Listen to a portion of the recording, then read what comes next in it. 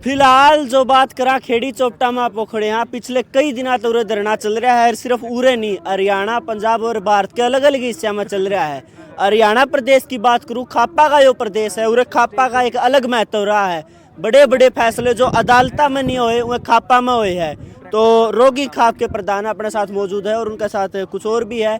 तो सबसे बात करांगे खापा का इस पे क्या नजरिया है और वो इस आंदोलन के बारे में क्या सोचा है और आगे की क्या रणनीति है, खाप सपोर्ट करेगी कि नहीं करेगी, सारे सवाल जो है इन पे पूछा प्रधान जी। राम राम राम राम राम राम। प्रधान जी, बात करूं, रोगी खाप के प्रधान हो आप और अपना खेड़ी चोपटा में धरना चल रहा है। आसपास में एक बड़ी खापा में रोगी खापा हुआ है, तो आपकी खाप जो है समर्थन करने लग रही धरना का, को नहीं करने लग रही?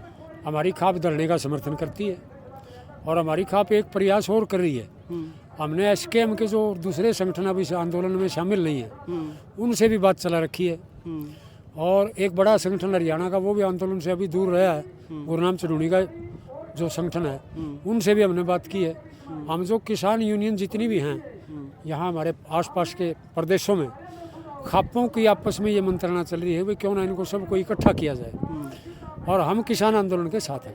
तो यह अफवाह कौन फैलाने लग रहा है, खाप नाराज है, खाप बुलाई नहीं गई या खाप आई को नहीं? हम बिल्कुल नाराज नहीं हैं, ना हम इस तरह की बातों पर नाराज होते हैं। जो दिल्ली आंदोलन चला था, दिल्ली आंदोलन में कोई खापों की सलाह लेके नहीं चला था। पंजाब बॉर्डर से पंजाब की जो जत्थेबंदियाँ थी और हरियाणा की जो किसान यूनियन थी, गुरनाम चढ़ूनी की एक दौर होगी, वो उन्होंने आंदोलन किया था, किसी खाप की सलाह बड़ी नहीं थी। जब हमारा भाईचारा दिल्ली बॉर्डर पर पहुंचा तो खापें दूर नहीं रह सकती। किसान समस्या में है तो खापों ने बढ़ चढ़ के उसमें योगदान किया, सारी तरह का योगदान किया, उस आंदोलन के अंदर साथ खड़ी रही। आज भी यदि किसानों का आंदोलन सही दिशा में चलता है और ये मुद्दे जो उठ रहे हैं बिल्कुल जायज़ हैं, एमएसपी का मुद्दा भी और ये कर्जा माफ़ी का मुद्दा भी। किसान कमाते कमाते कर्ज के नीचे दब चुका है, इतना भेदभाव किसान के साथ इन सरकारों ने किया है। तो ऐसी बात में किसान खापों का विरोध करने का तो मतलब ही नहीं बनता। बात रही पूछ करने की, इस तरह की खापों की कोई मानसिकता नहीं होती कि हमें पूछा नहीं गया। आंदोलन यदि कोई जायज़ होता है तो हमें भले ही ना पूछा जाए, हम फिर भी साथ देंगे। बात करूं मैं, जो आंदोलन हुआ है जिसमें हर किसी की अलग अलग जिम्मेदारी हुआ है, तो इसमें खाप का के कुछ सहयोग हुआ आखिर आंदोलन में धरने पे? खाप का ये सहयोग होता है जो समस्या के लिए कहीं आंदोलन होता है। खाप पहले तो ये देखती भी खाप का जो आंदोलन का नेतृत्व कैसा है, आंदोलन की मंशा क्या है, उसकी मांग क्या है, उसका एजेंडा क्या है, उसको देख के और फिर समाज की उसमें हिस्सेदारी देखी जाती है। उसके हिसाब से खाप समाज की जहाँ समस्या हल होती दिखाई दे और बढ़िया उम्मीद दिखाई दे, समाज हिस्सा ले रहा हो, तो खाप उसमें हिस्सा लेती है। लेकिन कई जगह ये भी चीज़ें होती हैं, आंदोलनों में भी कई गलत किस्म के लोग घुस जाते हैं, यूनियनों में भी कई गलत किस्म के लोग घुस जाते हैं और वो आंदोलनों को दिशा भ्रमित करने की कोशिश करते हैं। और अपने यहाँ भी फिलहाल ऐसी एक स्थिति दिखाई दे रही है कि किसान यूनियन जो आज जिन 9 मेंबरी कमेटी ने और बाद में 40 सदस्यों की कमेटी बन गई थी राष्ट्रीय स्तर पर, जो पिछला आंदोलन दिल्ली काले कानूनों के खिलाफ जीत के आए थे, उस टाइम जितने लोग शामिल थे अब वो 2-3 जगह बिखरे हुए हैं। अब 2-3 जगह बिखरे होने की वजह से शक्ति तो बंटेगी।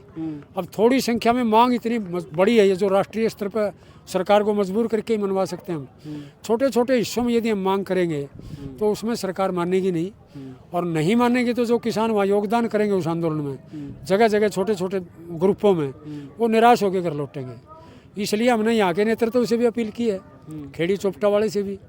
बास धरना बैठा है किसानों को, वहाँ भी अपील करके आए हैं। और हिसार में बैठा है धरना एसकेएम का, वहाँ भी हमने ये अपील की है। और हमने गुरनाम चढ़ूनी की यूनियन से भी अपील की है और एसकेएम के जो बड़े नेता हैं उनसे भी बात की है कि भाई आप सारे यूनाइट होकर आंदोलन लड़ो और अपने मतभेदों को किसी तरह से मिटाओ और इकट्ठा कमेटी बनाओ। अपने उत्तरी भारत की सारी खापें उनके साथ हैं।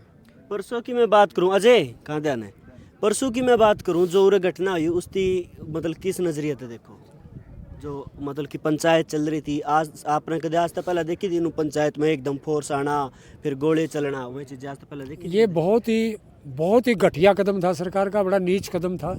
लोगों को अपनी समस्या के लिए इकट्ठा होने का अधिकार है और जो पंजाब बॉर्डर पर किसानों को रोक रखा, वहाँ हरियाणा के किसानों का अधिकार है जाने का।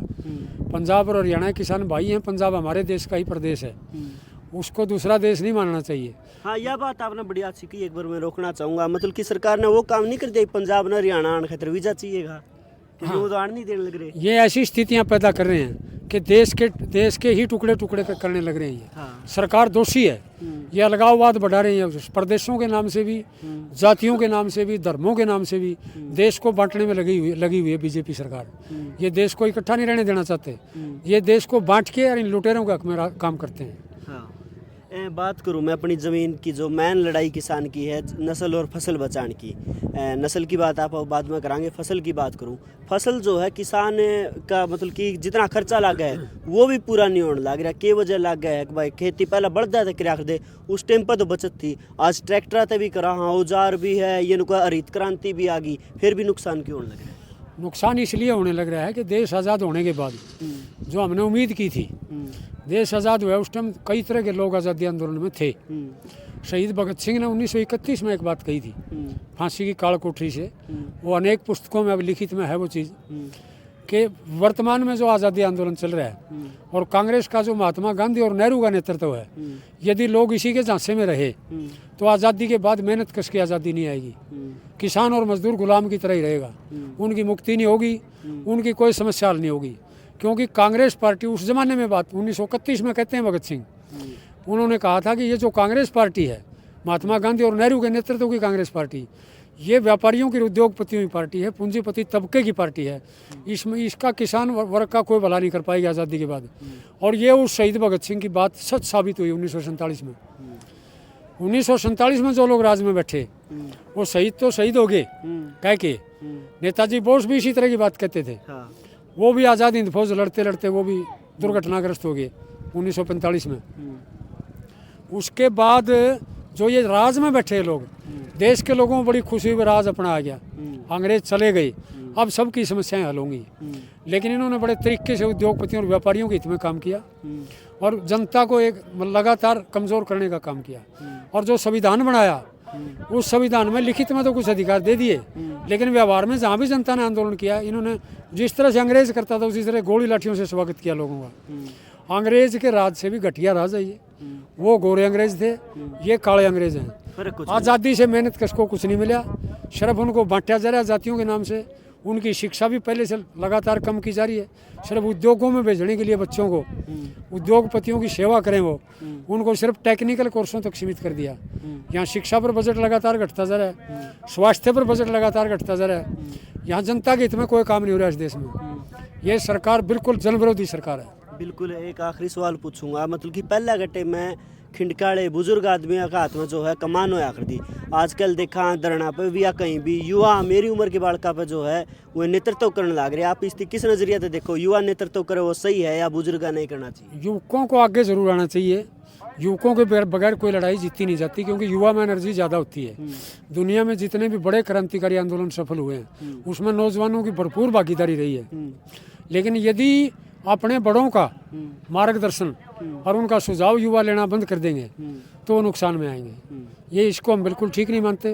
दुनिया का इतिहास भी यही बताता है, जो अनुभवी लोग होते हैं, जिनका जिंदगी का तजुर्बा होता है, उनको दूर फेंक के युवा केवल किताबी ज्ञान से और जो फेसबुक से ज्ञान लेता है उससे यदि वो लड़ाई में सफल होना चाहते हैं और नेता बनना चाहते हैं तो उनकी भूल है। अपने पूर्वजों से बिल्कुल नहीं कटना चाहिए।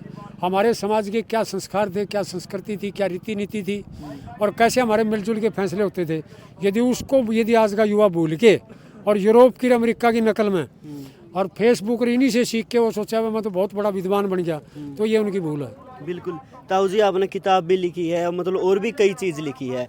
जो परसों वाली घटना हुई, आपने पहला और चीज़ों में ये चीज़ सुनी थी कि भाई नू भी हो जाकर पंचायत में जो फोर्स बढ़ जाकर? हाँ, पहले इस तरह की बातें कभी सुनने में नहीं आई। बहुत सारी सरकारें यहाँ सत्ता में आई और चली गई, लेकिन बीजेपी जैसा ये घटिया काम क्यों करता है, एक सभा के ऊपर लाठीचार्ज, ये बहुत ही निंदनीय है। मैं इसकी भर्त्सना करता हूँ अपनी ओर से।